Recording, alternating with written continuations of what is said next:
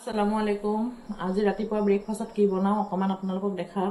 বতৰটো খুবেই বেয়া আছিলে, গতিকে অলপ আন্ধাৰ আন্ধাৰ লাইটটো মই জ্বলাই লৈছোঁ।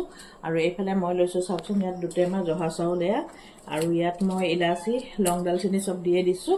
আৰু এইফালে কাটি লৈছোঁ পিঁয়াজ কাটি লৈছোঁ। আৰু অলপ এইফালে যিহেতুকে ৰিফাইন নাখাওঁ সেইবাবে মই দিলোঁ মিঠাতেলকে দিলোঁ। আৰু ঘি লৈছোঁ, ঘি দি দিম এইফালে। আৰু এইতে মই অলপ চেনি এনেকৈ এইদৰে দি দিলোঁ। চেনি নিদিলেও ৰঙা কৰিব পাৰি পিঁয়াজতে, মই চেনি অকণমান দিছোঁ বাৰু। বনাব লৈছোঁ পোলাও, আৰু ই দৌৰি আহিছে কি দেখাবলৈ চাওক। মোৰ নতুন পেন লাইটো স্পিনাৰ লাগিছে এইটো আৰু এইটো এনেকে গাড়ীও চলে হ'ব।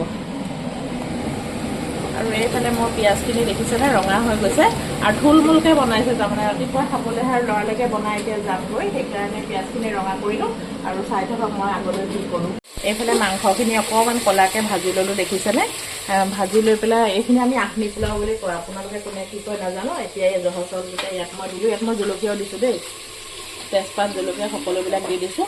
আৰু এতিয়া মই চাউলখিনি এতিয়া নিজৰ আন্দাজ মতে অলপ নিমখ দিছোঁ। আৰু 5-10 মিনিটমান পোলাওখিনি ভালকৈ ভাজিম। আৰু আমাৰ এই পোলাওটো বৰ প্ৰিয় ন, সকলোৰে চাগে নহয়নে?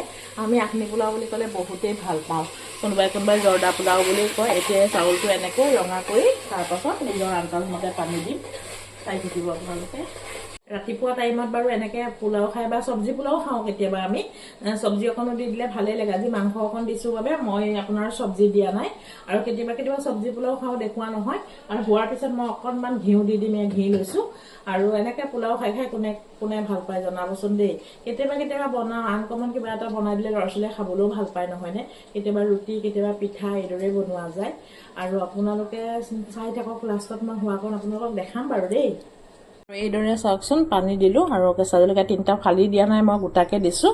জিফ্ৰাই মানে বেছি অকণমান জ্বলা হ'লেও খাবলৈ টান পাই যে, এইদৰে আপোনালোকক বনাই দেখুৱালোঁ। আৰু অকণ ভালকৈ বনাই দেখুৱাব পাৰিলোঁ হয়, কিন্তু ৰাতিপুৱাৰ জলপান বুলিহে বৰ বেছি মেৰামতি কৰি থকা নাই। আৰু এইফালে ঘি অকণো ঢালি দিলোঁ।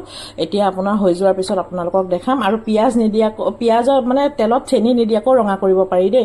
মই মানে মোৰ লৰালৰি হোৱাৰ কাৰণে মই চেনি অকণ দি দিলোঁ, লৰালৈকে হওক আৰু, মানে মোৰো স্কুলৰ সময় হৈ গৈছিলে, সেই গতিকেহে দিলোঁ। আপোনালোকে পিঁয়াজ মানে তেলত চেনি নিদিয়াকৈও পিঁয়াজ ৰঙা কৰিব পাৰিব। ঠিক আছে, আপোনালোকে সকলোৱে জানে, তথাপিও মই আৰু বনাইছোঁ যেতিয়া অকণমান ফঁহিয়াই কৈ দিলোঁ নহয়নে? হৈ গ'ল, দেখিছেনে? পোলাওখিনি ইমান ধুনীয়া হৈছে। এতিয়া আমি গৰমে গৰমে পৰিৱেশন কৰিম দেই। আপোনালোকে কোনে কেনেকৈ বনাই জনাব। মই আজি এনেকৈ থুলমূলকৈ বনালোঁ।